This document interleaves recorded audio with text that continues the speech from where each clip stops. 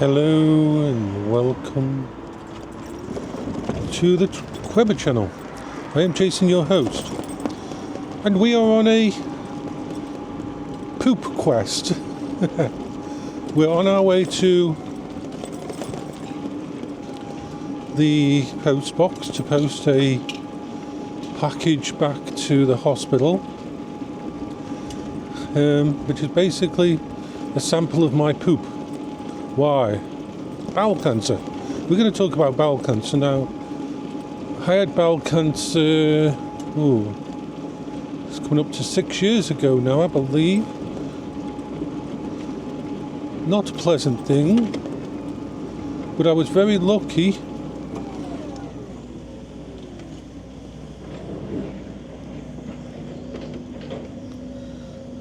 I'll let him go first.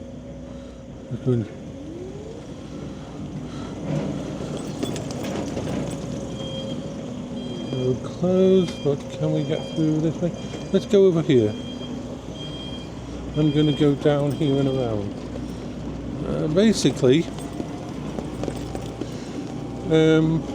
7 days after Paola had died, I was diagnosed with,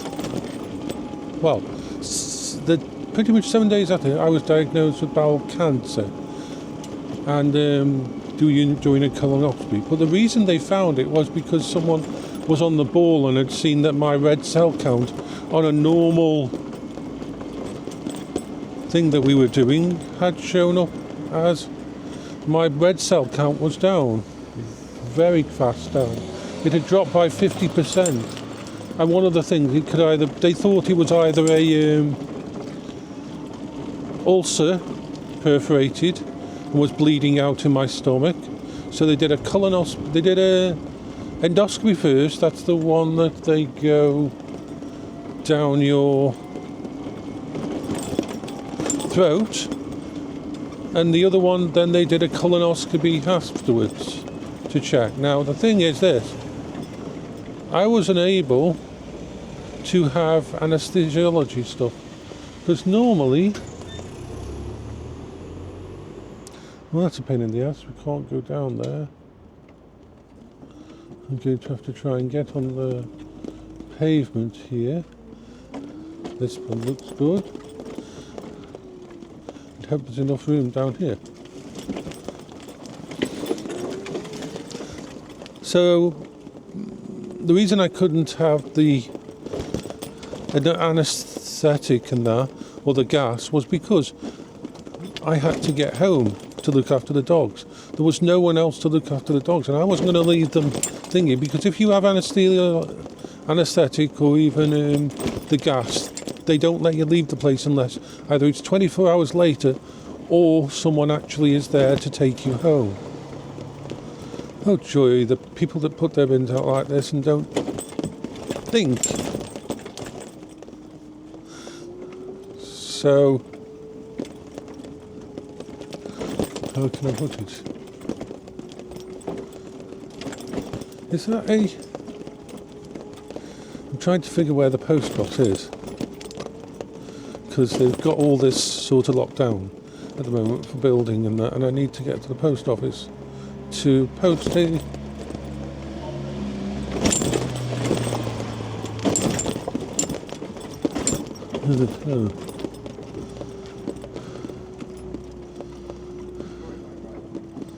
I think this is the... That is the post office, so let's go there.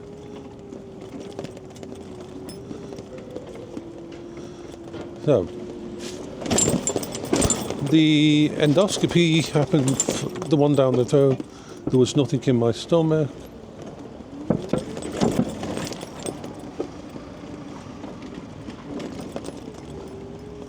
So just put this in the post box.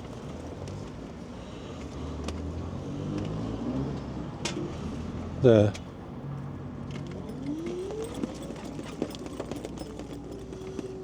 So, when they did my endoscopy, they found nothing, but when they did a colonoscopy, they found a couple of polyps, which they removed, and they found a tumour that was almost reaching the wall of the intestine.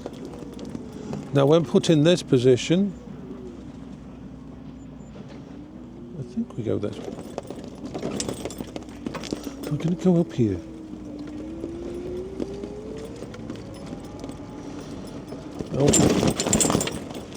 I think I'm going to need to get on here. Oops, let me go this way.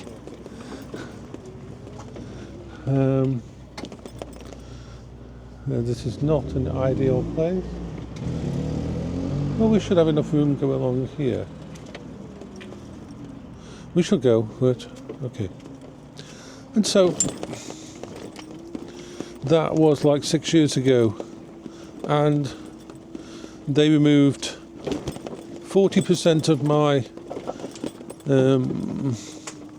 upper gastric system, my colon, upper colon, and they removed 27 lymph nodes, because the thing with the lymph nodes is this: if you've got cancer, liver cancer or anything like that, the lymph nodes are like a superhighway, and if there's any kind of release of cancer cells, the lymph nodes are what the cancer cells travel along to other parts of your body. So they had removed quite a lot of stuff. And this caused a lot of problems for my eating and that, which is still ongoing. So when I went in, it was a long 6-hour surgery, and this caused PTSD for me as well. But it's not their fault, it was just a complication, and the fact that I had just lost Paola. Let's go past there. And all these little things. So I came out of it with lots of symptoms and side effects, but thankfully didn't have to do chemotherapy. And the reason I didn't have to do chemotherapy was this: I didn't want my feet to fall off. I'm sorry, but that is a thing. They did some genetic tests to see how well I'd deal with chemotherapy. They did that as a standard thing.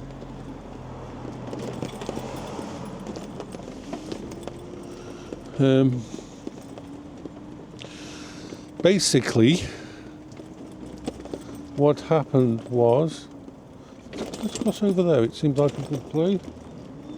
I can go over here while I'm not, and just get onto here.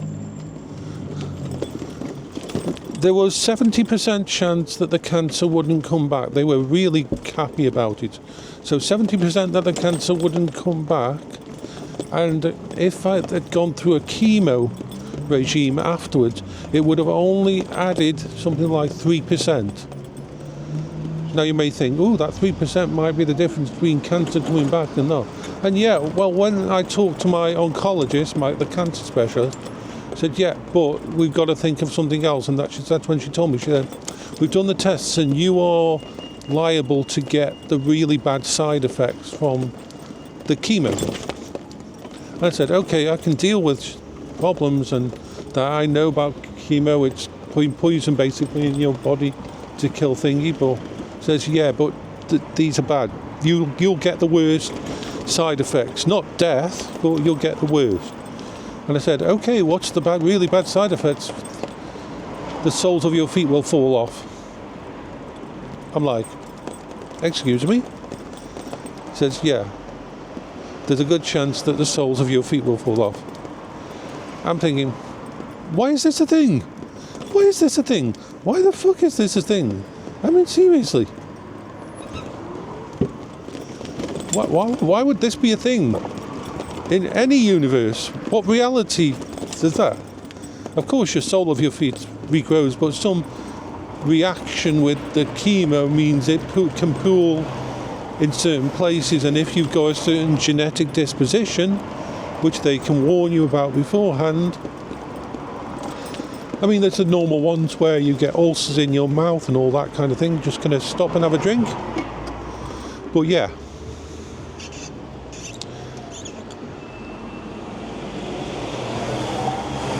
I'm saying no, I said to her. It was quite I was actually laughing. I said, no, I think I'm going to, for that, if it had given me the, say, 20-30% more chance the cancer wasn't coming back, to nuke my body with chemo and make sure it was all gone, then I probably will have gone for it, even with the feet falling off thingamajig. But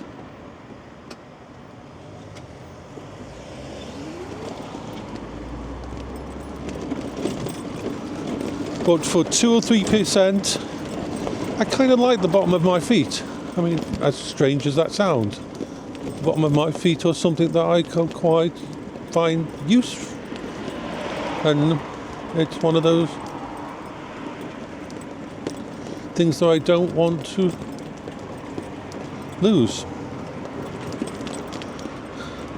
Of all the side effects I've seen and heard about with chemotherapy, that was like the nope, the fuck you, no, having the soles of your feet fall off, nope. So yeah,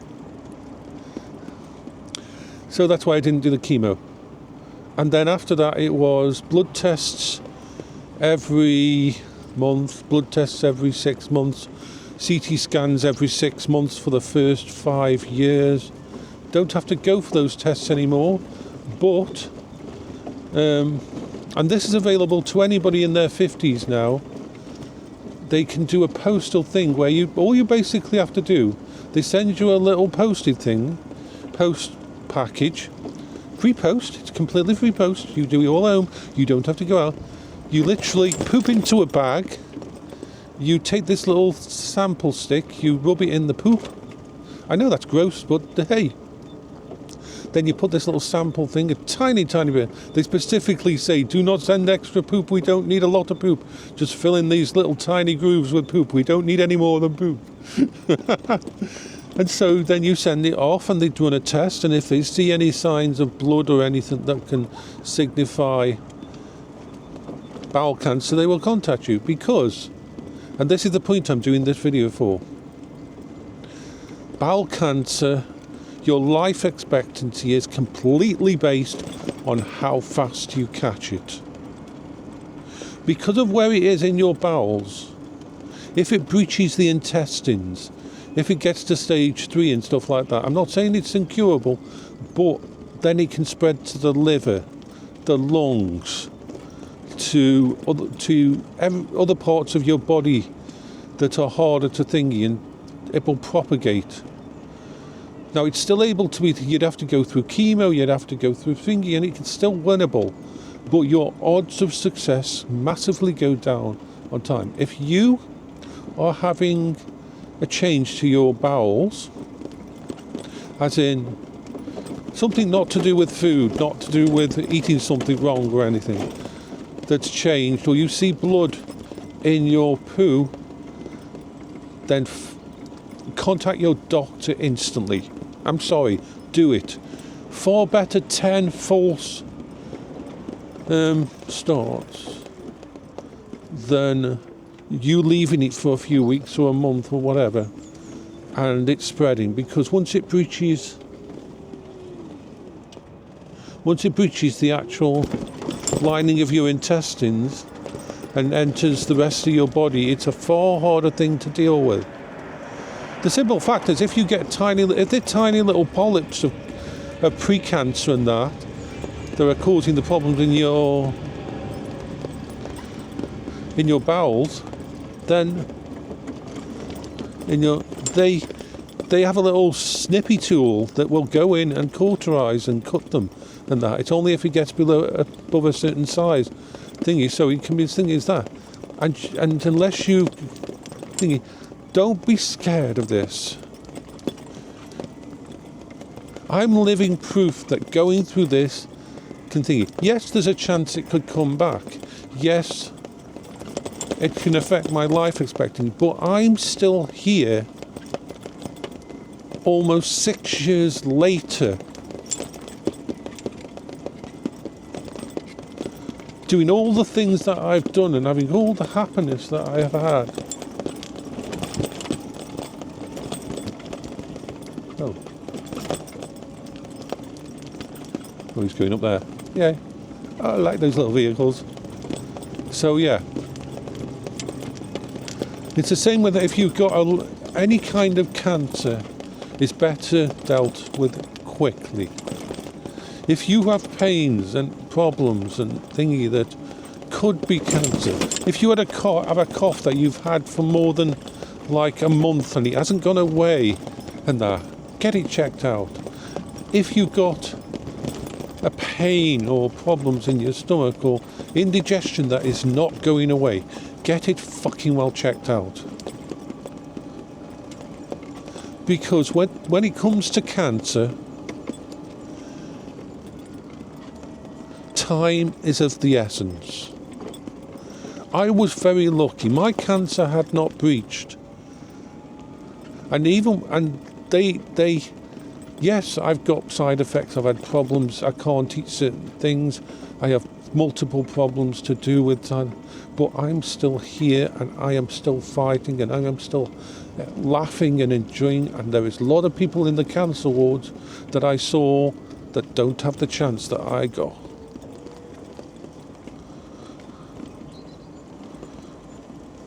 You deserve it.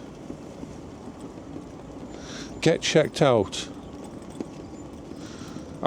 Bowel cancer can actually happen quite young as well, even though they don't usually test it young. You can ask me, because it can happen early. They thought I was too young.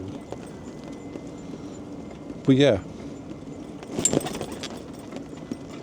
If life matters to you, if your family matters to you, if people matter to you, get this shit sorted. If you... that's a good little pun, get this shit sorted. That should be their little thingy, shouldn't they?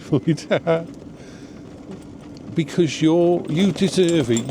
Your life matters more than anything else. As long as you're alive, there's possibilities, there's potential, there's enjoyment, there's fun.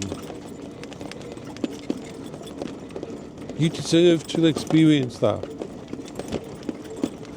I saw so many people in the cancer wards and so many problems. And cancer treatments are pushing forward in so many ways. Now, there's something else I want to talk about here.